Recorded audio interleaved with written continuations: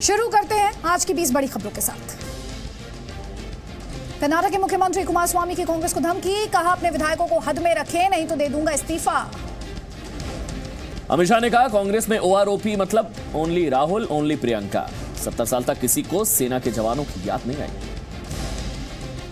शिवसेना ने बीजेपी के साथ सीट बंटवारे के 50-50 फॉर्मूले से किया इंकार, कहा महाराष्ट्र में शिवसेना ही बिग ब्रदर। देवेंद्र फडणवीस का शिवसेना को जवाब, कहा बीजेपी असहाय नहीं है, देश के विकास के लिए गठबंधन चाहते हैं। मार्च के पहले हफ्ते में होगा लोकसभा चुनाव की तारीखों का ऐलान, चुनाव आयोग ने मुख्य सचिवों और पुलिस प्रमुखों को चिट्ठी लिखी। कानून मंत्री रविशंकर प्रसाद ने कहा जनता भव्य राम मंदिर चाहती है, सुप्रीम कोर्ट जल्द करे सुनवाई। 31 जनवरी या 1 फरवरी को प्रयागराज जा सकते हैं अमित शाह, बीएसपी की धर्म संसद में हो सकते हैं शामिल। कांग्रेस ने अपने कार्यक्रम से कन्हैया कुमार और शैला रशिद को हटाया, महात्मा गांधी पर होने वाले कार्यक्रम में स्पीकर के तौर पर बुलाया था। प्रकाश आंबेडकर ने आरएसएस को बताया आतंकी संगठन, कहा जब देश में पुलिस और सेना है तो मोहन भागवत क्यों करते हैं हथियारों की पूजा। पश्चिम बंगाल के बीरभूम में टीएमसी की रैली में हिंसा की बात, जिलाध्यक्ष ने कहा जान चली जाए लेकिन वोट नहीं जाना चाहिए। तृणमूल कांग्रेस में शामिल हुई कांग्रेस सांसद मौसम नूर, ममता बनर्जी की उपस्थिति में पार्टी में शामिल हुई। आईआरसीटीसी घोटाले में दिल्ली की पटियाला हाउस कोर्ट ने लालू प्रसाद यादव, राबड़ी देवी और तेजस्वी यादव को दी जमानत, 1 लाख रुपए का बॉन्ड भरा। उत्तर प्रदेश के कुशीनगर में वायुसेना का लड़ाकू विमान जैगुआर क्रैश हुआ, पैराशूट से कूदकर पायलट ने बचाई जान। जम्मू कश्मीर के त्राल में आतंकवादियों ने एक स्थानीय नागरिक को गोली मारी, हालत नाजुक।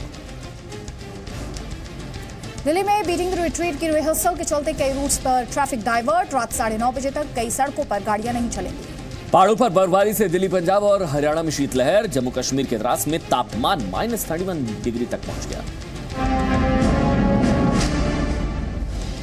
देशहित में आज के 5 बड़े सवाल। अयोध्या मामले पर कल जो सुनवाई होने वाली थी 29 तारीख को, वो एक बार फिर से टलने को लेकर संत समाज ने नाराजगी जाहिर की है। तो एक तरफ संत जहां अल्टीमेटम दे रहे हैं तो वहीं देश के कानून मंत्री ये कह रहे हैं कि देश फैसला चाहता है, कोर्ट जल्द सुनवाई करे। लेकिन देशहित में बड़ा सवाल ये कि जब अदालत से प्रभु श्री राम इतने परेशान, क्या करेगा आम इंसान।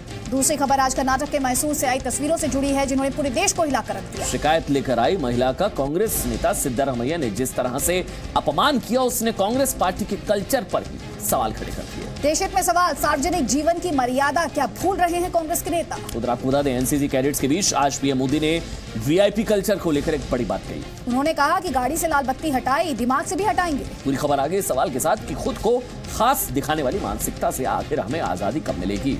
बात आज कांग्रेस के टुकड़े टुकड़े करने वाली सियासत की भी होगी। जेएनयू में देश विरोधी नारों के लिए देशद्रोह के आरोपी कन्हैया को कांग्रेस का अल्पसंख्यक विभाग अपने कार्यक्रम में बुलाकर बुरी तरह से फंस गया।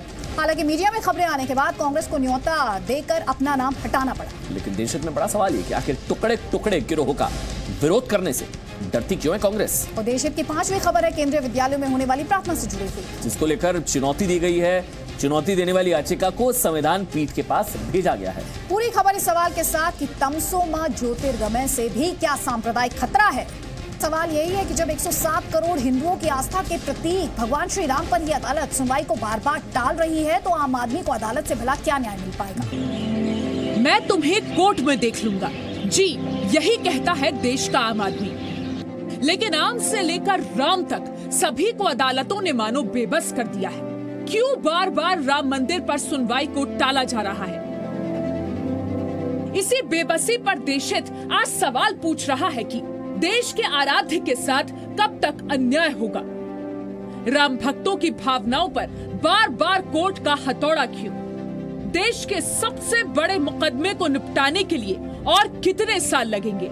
देश क्यों ना माने कि राम मंदिर पर सुनवाई को टाला जा रहा है। श्री राम की अर्जी पर कानून की मर्जी कब तक। ये अपील भी लगभग 10 साल से पेंडिंग है, तो ये अपील जो अब 70 साल पुरानी हो गई पूरा सूट, तो इसका निष्पादन जल्द से जल्द होना चाहिए। आपको बता दें कि इस बार सुप्रीम कोर्ट में अयोध्या मामले पर सुनवाई क्यों टली है। दरअसल 29 जनवरी यानी मंगलवार को होने वाली सुनवाई टल गई है। 2 दिन पहले ही मुख्य न्यायाधीश रंजन गोगोई ने अयोध्या मामले की सुनवाई के लिए 5 सदस्यीय नई संवैधानिक बेंच का गठन किया था। लेकिन क्योंकि संवैधानिक बेंच में शामिल जस्टिस एस.ए. बोबडे 29 जनवरी को मौजूद नहीं रहेंगे, इस वजह से मामले की सुनवाई नहीं होगी। बोबडे काफी दिनों से बीमार चल रहे हैं, लास्ट वीक भी वो छुट्टी पे थे, तो इसलिए इसमें कोई इंटेंशन हम नहीं खोज सकते हैं। लेकिन हिंदू महासभा की तरफ से हम रिक्वेस्ट करेंगे चीफ जस्टिस से कि ऐसे सिचुएशन में बेंच रिकंस्टिट्यूट करें और डे टू डे हियरिंग शुरू करें। कोर्ट सबूतों के आधार पर फैसला करेगा, चाहे आज करे चाहे कल करे। अगर जज साहब छुट्टी पे गए हैं तो कोई ये नई बात नहीं है। अगर सरकारी एम्प्लॉइज है तो छुट्टी पे जाएंगे। तो क्या राम पर वाकई कांग्रेस के मन की मुराद पूरी होने जा रही है? अगर सचमुच ऐसा है तो फिर 2019 के चुनावों तक फैसले की उम्मीद छोड़ दीजिए। ब्यूरो रिपोर्ट, जी मीडिया। तो अमन, हम क्यों बार बार इस बात को कह रहे हैं कि अदालत के डीएनए में तारीख पर तारीख ही देना है? ये हम आंकड़ों के जरिए अपने दर्शकों को दिखा दें। देखिए, सुप्रीम कोर्ट में 56,994 केसेस पेंडिंग हैं। देश के अलग अलग हाईकोर्ट की अगर बात करें तो 49.83 लाख केसेस पेंडिंग है। देश की जिला अदालतों और अधीनस्थ कोर्ट्स में 2,92,00,000 केसेस पेंडिंग पड़े हैं। वहीं हाईकोर्ट में करीब 8,20,000 केस ऐसे हैं जो 10 से 20 साल से पेंडिंग है। 55,000 केसेस 30 साल से ज्यादा वक्त से पेंडिंग है। सुप्रीम कोर्ट में 4 जजों की पोस्ट भी खाली है। हाईकोर्ट में 387 जजेस। जिला अदालतों में 5,746 जजों की नियुक्ति होना बाकी है। इसलिए हम कह रहे हैं कि सिर्फ राम को नहीं, आम इंसान, आम आदमी को भी न्याय दरअसल नहीं मिल पा रहा है। तो अयोध्या मामले पर अमन, अपने दर्शकों को हम लगातार बता ही रहे हैं कि सुनवाई टलने से संत समाज जबरदस्त गुस्से में है। और कुंभ में मौजूद साधु संतों ने अयोध्या कूच करने की तैयारी कर ली है। वीएचपी की धर्म संसद को ना भूलें आप। बीजेपी अध्यक्ष अमित शाह इसमें शामिल होने वाले हैं। लेकिन अब कुंभ में सियासी डुबकी की लहर भी चल रही है। कांग्रेस अध्यक्ष राहुल गांधी और महासचिव बनाई गई प्रियंका वाड्रा सियासी डुबकी के लिए फरवरी के पहले हफ्ते में कुंभ जा सकते हैं।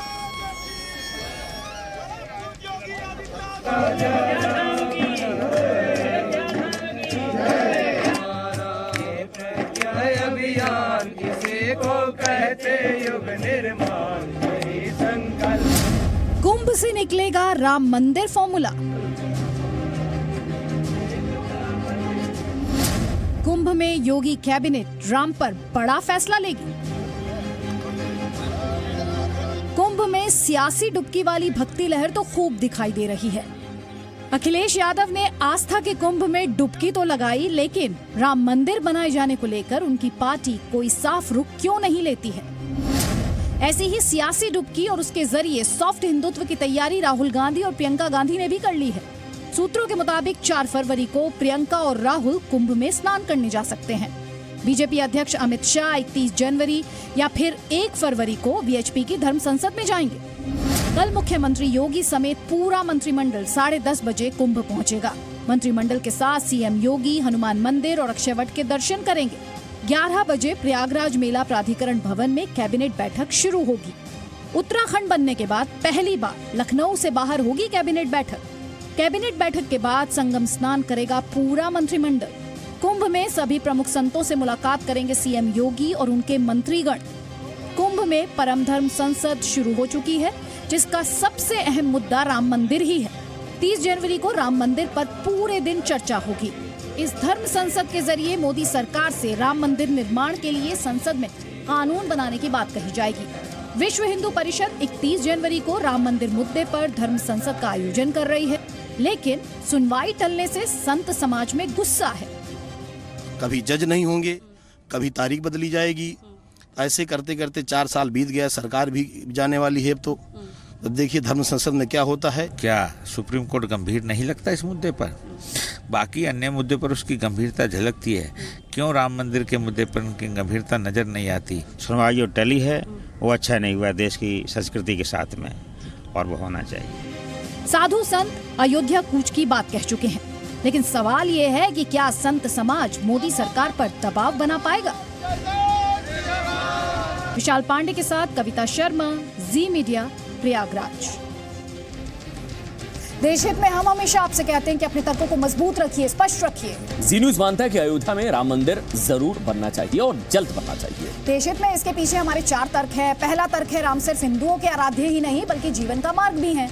यानी कि राम और उनकी गाथा हमें जिंदगी जीने का तरीका सिखाती है, जीवन के आदर्श बताती है। दूसरा तर्क है, अयोध्या मामले पर जल्द फैसला आने से देश और दुनिया में एक अच्छा मैसेज जाएगा।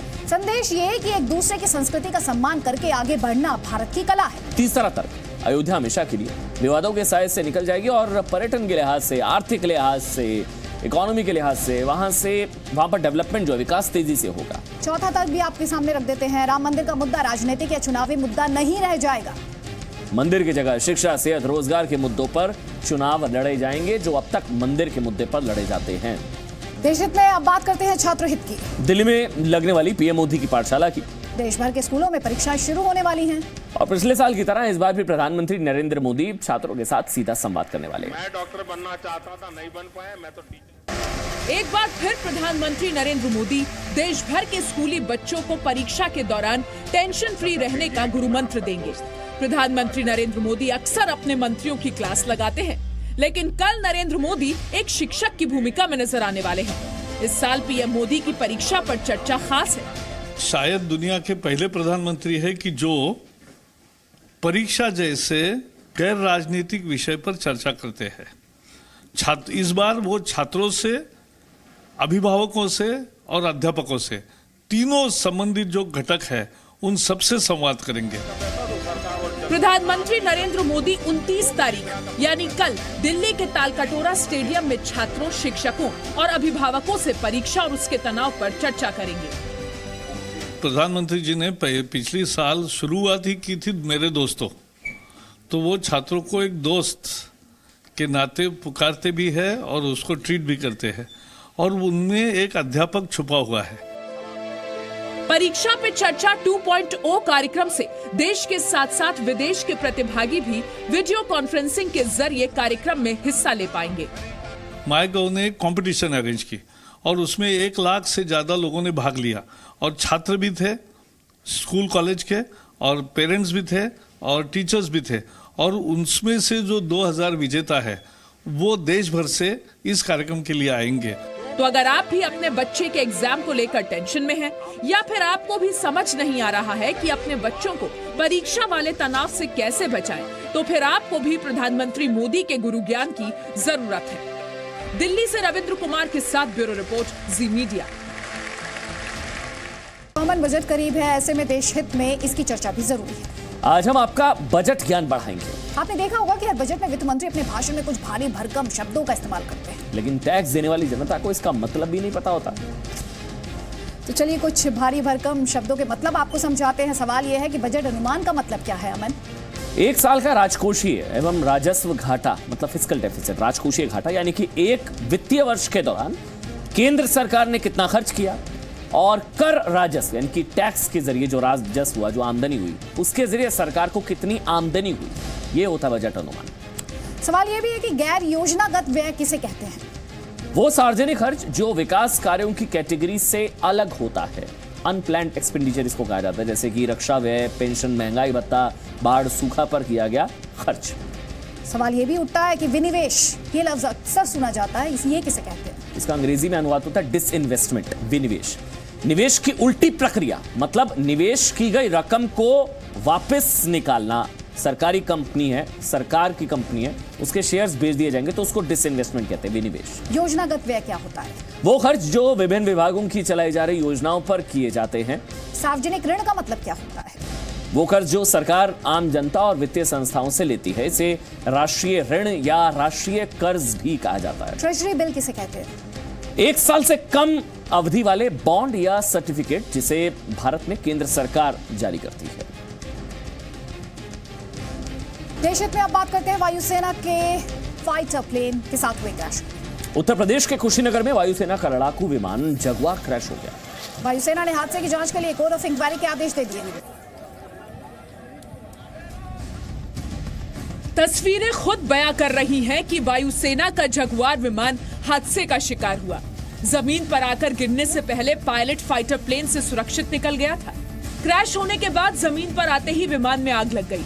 तेज हवाओं के साथ आग ने चंद मिनटों में ही विमान को खाक में बदल दिया। उड़ान भरने के 10 मिनट बाद ही विमान का संपर्क एयरबेस से टूट गया था। सुपरसोनिक विमान जगुआर उड़ान भरने के तुरंत बाद क्रैश हो गया। पायलट ने सूझबूझ का परिचय दिया और विमान आबादी वाले इलाके में क्रैश न होकर खेतों में जा गिरा, जिससे जान माल का कोई नुकसान नहीं हुआ। चश्मदीदों के मुताबिक जमीन पर गिरने से पहले ही विमान में विस्फोट के साथ आग लग गई। ये हादसा वायुसेना के लिए बड़ा नुकसान माना जा रहा है। इस विमान को अपग्रेड किया जा रहा था। इस हादसे की कोर्ट ऑफ इंक्वायरी का आदेश दिया गया है। इससे पहले पिछले साल 20 मार्च 2018 को भी एक वायुसेना का लड़ाकू विमान हादसे का शिकार हो गया था। ब्यूरो रिपोर्ट, जी मीडिया।